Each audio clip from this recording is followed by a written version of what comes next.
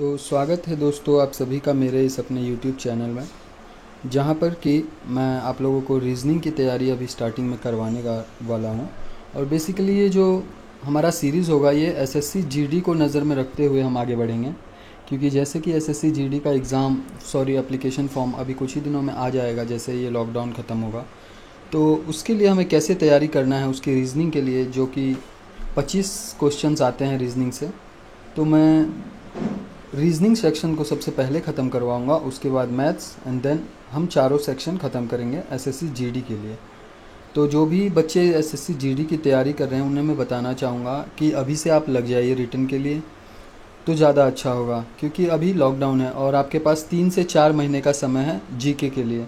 और जीके एक ऐसा सेक्शन है जो आप कहीं यूट्यूब से नहीं सीख सकते, उसके लिए आपको खुद मेहनत करना होगा। तो ये आपको इसके लिए सबसे पहले मैं बताना चाहूँगा, आप लूसेंट की बुक लीजिए और लूसेंट की बुक को अच्छे से आराम से डेली 2 से 3 पन्ना उसे डेली पढ़िए। और एक बुक आता है एसपीडी का, जनरल अवेयरनेस का, जिसमें कि रेलवे का 1993 टू 2021 तक का पेपर रहता है, वो सारा सॉल्व कीजिए। तो इससे आपका जीके काफ़ी अच्छा हो जाएगा। और एक करंट अफेयर्स आप कहीं से भी कर सकते हैं। मैं आप लोगों को सजेस्ट करूंगा करंट अफेयर्स के लिए आप लोग क्रैक एग्ज़ाम एक चैनल है यूट्यूब पर, उसे आप फॉलो कर सकते हैं। तो चलिए शुरू करते हैं हम अपने इस रीजनिंग के सीरीज़ को, जिसका पहला चैप्टर है एनालॉजी। तो यहाँ पर इस एनालॉजी चैप्टर का फर्स्ट क्वेश्चन आपके सामने दिख रहा होगा, जिसमें कि लिखा हुआ है AMV FOX KQZ and then question mark. तो यहाँ पर आप देख सकते हैं कि तीन अल्फ़ाबेट के बाद कॉमा दिया हुआ है, 3 alphabet then 3 alphabet then full question mark. तो यहाँ पर देखने वाली बात यह है, हमें सबसे पहले इसमें देखना होता है कि किस प्रकार से सीरीज़ आगे बढ़ रही है, क्या लॉजिक लगाया गया है। तो जैसे कि आप देखेंगे सीरीज़ में फर्स्ट लेटर है A, सेकेंड वाले में फर्स्ट लेटर है F एंड देन है K। तो आप एक चीज़ देखेंगे, A के बाद F हम लोग काउंट करके देखेंगे कि A के बाद F कब आता है। तो हम लोग अगर देखेंगे A के बाद F तो A B C D E F। तो यहाँ पर 4 अल्फ़ाबेट बीच में गुम है, मतलब 4 अल्फ़ाबेट का गैप लिया हुआ है। अब F एंड देन उसके बाद है क्या है K। अब यहाँ पर फिर देखेंगे F और K के बीच में F G H I J। तो दोस्तों आपने देख लिया कि यहाँ पर का जो लॉजिक है वो लॉजिक क्या है। वो लॉजिक ये है कि यहाँ पर आपको 4 अक्षरों का गैप लेना है पहले अक्षरों के बीच में। तो A के बाद जिस तरह से F के बीच में 4 अक्षरों का गैप है, वैसे ही F के बाद K और फिर K के बाद हम 4 अक्षरों का गैप लेंगे। तो अगर हम K के बाद 4 अक्षरों का गैप लेंगे तो L M N O, ये 4 अक्षरों को छोड़कर उसके नेक्स्ट वाला P। तो यहाँ पर आ जाएगा क्या, यहाँ पर आएगा P। तो जो हमारा फर्स्ट लेटर होगा हमारे आंसर का वो होगा P। अब देखिए चारों ऑप्शन में P सिर्फ यहाँ पर एक ही ऑप्शन में दिया हुआ है, जो कि है ऑप्शन नंबर A। तो सीधे सीधे आप यहाँ पर आंसर इसका टिक लगा सकते हैं A, अगर आपको टाइम बचाना है तो टाइम कंज्यूम करना है अपने पेपर के लिए। और ये जो है आपका टाइम कंज्यूमिंग जो है वो आपको प्रैक्टिस से आप उसमें और अच्छा हो जाएंगे। जितना ज़्यादा प्रैक्टिस करेंगे उतना आपके लिए ही बेहतर होगा। तो इस तरह से आपने पहला क्वेश्चन देखा कि AMV और FOX, उसके बाद KQZ एंड देन PSB। और SB का क्या लॉजिक था, सिमिलरली M के बाद N को छोड़कर O, एक का गैप, O के बाद P को छोड़ के Q और Q के बाद R को छोड़ के S। तो नेक्स्ट वाला S हमारे आंसर में आएगा।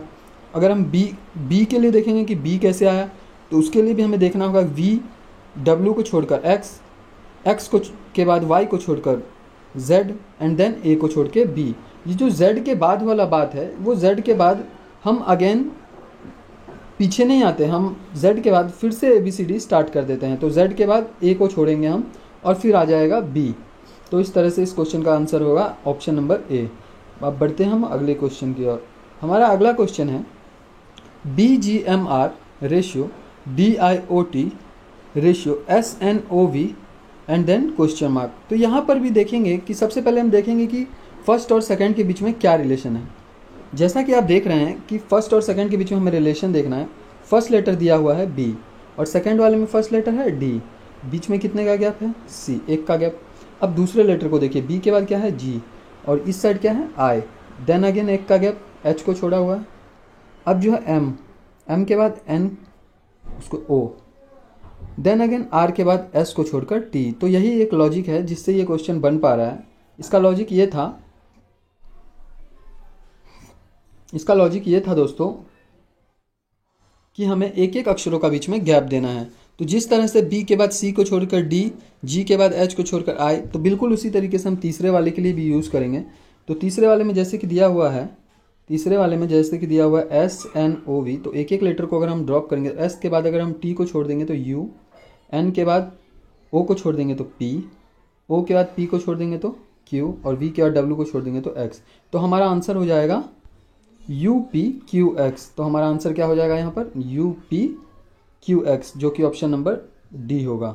तो इस तरीके से इस क्वेश्चन को सॉल्व करेंगे। और इसी तरीके की क्वेश्चन भी एग्जाम में आते हैं। आप जितना ज़्यादा प्रैक्टिस करेंगे उतना ही आप अच्छे होते चले जाएंगे रीजनिंग में। और मेरा ऐसा मानना है कि आपके 25 क्वेश्चन में से कम 23 करेक्ट होने ही चाहिए अगर आपको एग्ज़ाम क्लियर करना है। तो उसके लिए आपको क्या करना होगा, डेली प्रैक्टिस करना होगा। जैसा कि मैं आप लोगों को अभी डेली सिखाने वाला हूँ, इस सीरीज़ के माध्यम से डेली रीजनिंग सिखाने वाला हूँ। तो आपका काम क्या है, जैसे ही आप यहाँ पर जो चैप्टर सीखते हैं उससे रिलेटेड क्वेश्चंस जो हैं वो अपने बुक से उठाइए और उसकी प्रैक्टिस स्टार्ट कर दीजिए।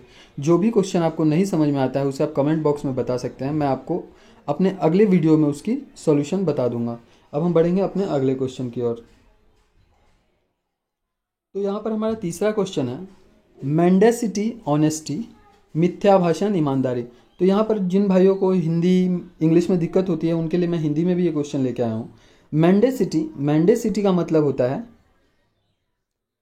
बोलबाला करना, ऐसे ही बोलना बिना, मतलब एक तरह से बेईमान बोल सकते हैं उस इंसान को। और ऑनेस्टी का मतलब होता है मिथ्या भाषण करना। मिथ्या भाषण मतलब कुछ भी बोलना, और ऑनेस्टी मतलब ईमानदारी। तो देख सकते हैं कि आप ये दोनों क्या है, एक दूसरे के अपोजिट हैं। क्या है, अपोजिट हैं। तो अभी हमें आंसर में भी वही टिक मारना होगा जो कि एक दूसरे के अपोजिट हो। तो जैसे हम शुरू करेंगे अपने ऑप्शन नंबर फर्स्ट से, सत्य और सौंदर्य, किसी दोनों का किसी लेना देना ही नहीं है। सत्य का मतलब होता है सच्चाई और सौंदर्य का मतलब होता है खूबसूरता। तो इससे कोई लेना देना नहीं। हम अब बढ़ेंगे दूसरे क्वेश्चन में। साहस और धैर्य, ये एक तरीके से सिनोनिम्स हैं। सिनोनिम्स यानी कि दोनों का सेम मीनिंग है। तो ये भी नहीं होगा क्योंकि अपोजिट है। अब ऑप्शन नंबर सी पर जाएंगे, साहसी और डरपोक। जी हाँ, बिल्कुल ये आंसर होगा हमारा साहसी और डरपोक, ऑप्शन नंबर सी। क्यों, क्योंकि यहाँ पर ये अपोजिट है। साहसी का मतलब करेजियस एंड डरपोक का मतलब क्रेवन। तो मैं आशा करता हूँ आप लोगों को ये भी क्वेश्चन समझ में आया होगा। अब हम बढ़ते हैं अपने अगले क्वेश्चन की ओर। यहाँ पर दिया हुआ है LAME ratio OXPB ratio TREE ratio question mark. तो यहाँ पर देख सकते हैं, सबसे पहले हमें देखना होगा, जैसे कि मैंने आप लोगों को बताया हुआ, हमें रिलेशन देखना है कि कितने लेटरों का गैप है। सबसे पहला यही हमें करना होता है। तो यहाँ पर दिया हुआ है LAME, ये लिख लेंगे। देन देखेंगे OXPB, LMN मतलब 2 को गैप दिया है। A, यहाँ पर A के बाद तो अगर हम आगे बढ़ेंगे तो BC आता है, बट यहाँ पर क्या हुआ है, पीछे आया हुआ है, यानी कि Z और Y का गैप दिया हुआ है। उसके बाद X, तो यहाँ पर -2 का गैप है। यहाँ पर क्या था, +2 था। M के बाद क्या दिया हुआ है, M के बाद दिया हुआ है PMNO, यानी कि फिर +2 और फिर -2। यहाँ पर तो यहाँ पर आप देख सकते हैं कि यहाँ का जो सीरीज़ था वो +2 और -2 का था। यहाँ पर का जो सीरीज़ था वो क्या था, +2 और -2। तो उसी तरीके से हम ट्री का भी करेंगे। तो ट्री का करने के लिए हमें जैसे कि दिया हुआ है TREE, तो T के अगर हम +2 करेंगे तो T के बाद U, U के बाद V, उसके बाद W। R में हमें करना है -2, तो R के पहले हम 2 अक्षर जाएंगे, OPQ, यानी कि PQ को छोड़ देंगे तो O आ जाएगा, तो WO।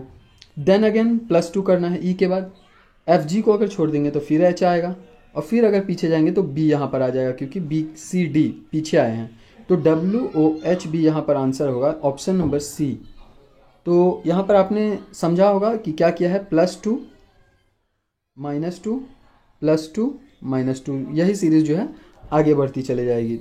हमें बस ये देखना होता है बेसिकली कि लॉजिक यहाँ पर क्या है, और जैसे ही आपको लॉजिक पता चल जाता है एक तरह से आपने उसे सॉल्व कर लिया। और ये हमारा अगला क्वेश्चन है हॉकी। इसे मैंने हिंदी में नहीं किया हूँ क्योंकि ये काफ़ी सिंपल है। ये सभी दोस्तों को पता होगा कि हॉकी का मतलब एक गेम होता है जिसमें हम स्टिक से बॉल को गोल करते हैं। तो हॉकी स्टिक, तो क्रिकेट किससे रिलेटेड है? तो ये मैं बताने की तो इसमें ज़रूरत ही नहीं है, ये काफ़ी आसान सा क्वेश्चन है। जो हॉकी होता है उसमें स्टिक होता है, तो क्रिकेट में किस चीज़ से हम खेलते हैं? तो आप सभी को पता है कि हम बैट से बैटिंग करते हैं, तो यहाँ पर आंसर हो जाएगा ऑप्शन नंबर ए, बैट। हमारा अगला क्वेश्चन 6:252:5 तो यहाँ पर जो क्वेश्चन है उसमें दिया हुआ है 6 एंड 252। अब हमें देखना है कि ये 252 का क्या रिलेशन है इसके साथ। सबसे पहले हम करेंगे 6 को करके देखेंगे, 6 का स्क्वायर तो हो जाएगा कितना 36। तो यहाँ पर कुछ लेना देना तो नहीं लग रहा। अब हम आगे बढ़ेंगे, इसको ही और आगे जाएंगे, 6 का क्यूब, 6 का क्यूब करेंगे 216 आ जाएगा। अब आप देख सकते हैं कि 6 का क्यूब और 252 में 36 का डिफरेंस है।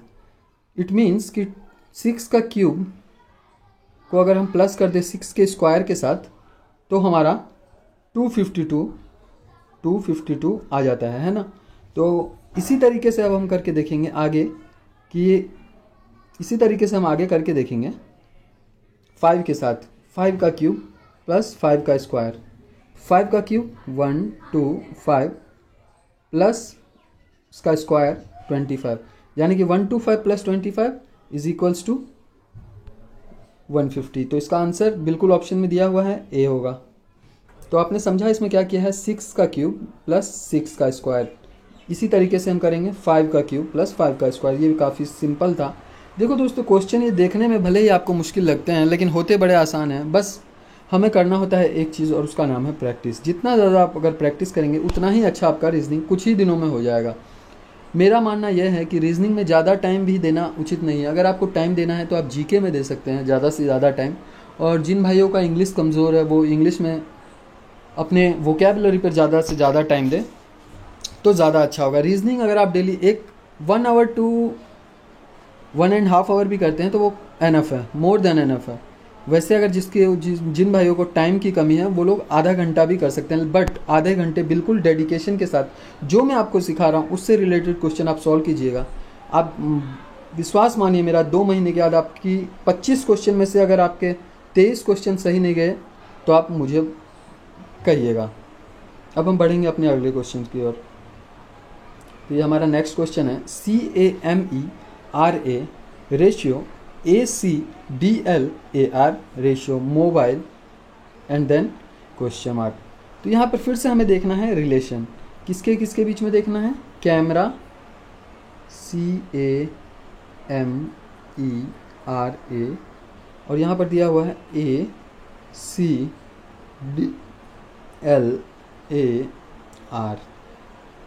अब देखिए C के बाद हम पीछे आएंगे एक लेटर तो हमें क्या मिल जाएगा, ए मिल जाएगा।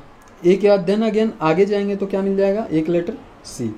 बट M और D में ऐसा कोई रिलेशन है नहीं। M के आगे भी बढ़ेंगे तो हमें N के बाद O आना चाहिए था, बट यहाँ पर D है। और अगर हम पीछे भी जाएंगे तो यहाँ पर K आना चाहिए था L को छोड़कर, बट दोनों में से यहाँ पर कुछ नहीं है, तो ये लॉजिक नहीं लग रहा है। अब हम देखेंगे कि यहाँ पर कुछ सिमिलैरिटी, अगर आप क्वेश्चंस को गौर से देखेंगे और अगर आप जितना ज़्यादा प्रैक्टिस करेंगे, ये क्वेश्चंस थोड़ा अपर लेवल का है, तो जैसे कि आप देखेंगे कि ये C और A को अपोजिट कर दिया गया, यानी कि C यहाँ एंड देन A यहाँ। सिमिलरली इस साइड भी किया हुआ है, R यहाँ एंड देन A यहाँ। यानी कि इतना तो हमें पता चल गया कि यहाँ पर अपोजिट किया हुआ है। अब अगर हम देखें तो अगर हम लिखें MOBILE, तो अगर हम इसका अपोजिट करें तो OM और एंड में हमें EL, ये 4 लेटर तो अभी हमें पता चल गया, OM एंड देन EL। तो सबसे पहले हम ऑप्शन में देखेंगे OM और लास्ट में EL। तो यहाँ पर 2 ऑप्शंस ऐसे हैं जिसमें लास्ट में OM एंड EL दिया हुआ है। अब हमें इन दोनों में से देखना है कि सही वाला कौन सा है।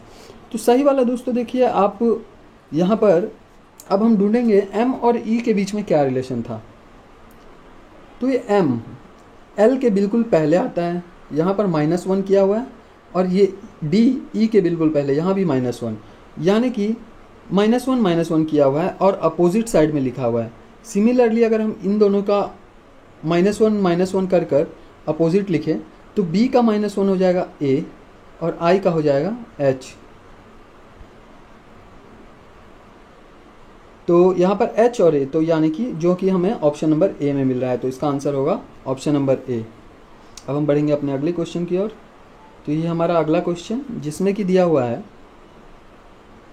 12:72 ratio 18 then question mark then 22 and then 242। तो यहाँ पर ये क्वेश्चन थोड़ा सा जैसे जैसे आप क्वेश्चन देख रहे होंगे कि आप देख रहे होंगे जो लेवल जो है वो बढ़ता जा रहा है। और इस सीरीज़ के मैं अभी और भी लेक्चर्स लाने वाला हूँ इस चैप्टर्स के, तो जैसे जैसे हम आगे बढ़ेंगे क्वेश्चंस की लेवल आपको और अच्छा मिलता चला जाएगा। तो यहाँ पर जो क्वेश्चन है 12:72, यानी कि 12 और 72 के बीच में कोई रिलेशन होगा। 18 का रिलेशन हमें जिसके साथ भी है वो जो आएगा वो हमें लिखना है, और 22 का रिलेशन है 242 के बाद 242 के साथ। अब हमें देखना है कि क्या रिलेशन है। 12 6 जा 72, और अगर हम 22 को 6 से मल्टीप्लाई करें, 22 को 6 से करें तो 2 1 132। जी नहीं, बिल्कुल ये लॉजिक नहीं लग रहा है यहाँ पर। अब हम और भी तरीके देखेंगे कि क्या क्या हो सकता है। तो अगर हम देखें कि 12 का हमने बताया था कि सबसे पहले हम क्या देखते हैं, स्क्वायर। तो अगर हम 12 का स्क्वायर देखें तो 12 का स्क्वायर होता है 144, और 144 को अगर 2 से डिवाइड करेंगे तो कितना आ जाएगा, 72। तो यहाँ पर तो हमें ये चीज़ तो मिल गया कि 72 है। और लास्ट वाले में दिया हुआ था 22। अब हम इसका भी स्क्वायर करेंगे तो 22 का स्क्वायर क्या होता है, 484। अगर इसको हम 2 से डिवाइड करेंगे तो क्या हो जाएगा, 242। तो बिल्कुल देखिए यहाँ पर 242 दिया हुआ है, 72 दिया हुआ है। तो बस हमें 18 के साथ भी वही काम करना है, 18 के साथ भी हमें वही काम करना है। 18 का स्क्वायर सबसे पहले निकालेंगे तो 8 8 जा 64, 4 6 यहाँ पर 8 1 जा 8 एंड देन 6 144 इंटू 18। तो इसका आंसर देखेंगे तो यहाँ पर आ जाएगा 4 2 एंड देन अगेन 2 324। तो 324 को अगर हम 2 से डिवाइड करेंगे तो आंसर होगा 162। तो इसका आंसर हो जाएगा ऑप्शन नंबर सी। तो अब हम बढ़ेंगे अपने अगले क्वेश्चन की ओर। तो ये हमारा आज का आखिरी क्वेश्चन है, जिसमें कि क्वेश्चन है 11 = 1 2 3। ये मैं = इसलिए लिखा क्योंकि 11 का रिलेशन होगा कुछ और 12 का रिलेशन हमें ढूंढना है। तो 11 का 123 के साथ क्या रिलेशन हो सकता है। सबसे पहले हम 11 का स्क्वायर देखेंगे। 11 का स्क्वायर 1 2 1 होता है। अगर 1 2 1 में हम 2 ऐड कर दें तो 1 2 3 मिलता है। सेम करके देखेंगे कि इसके साथ भी ऐसा कुछ हो रहा है क्या, ऑप्शन में मिल रहा है क्या। तो 12 का स्क्वायर हम करेंगे तो 144 + 2, तो जी हाँ बिल्कुल 146 यहाँ पर आ गया। तो दोनों में सिमिलर लॉजिक लग रहा है, इट मीन्स कि ये आंसर सही है। तो ऑप्शन नंबर बी के साथ आप जा सकते हैं। तो दोस्तों आज का ये सीरीज़ का ये 10वां और लास्ट क्वेश्चन था।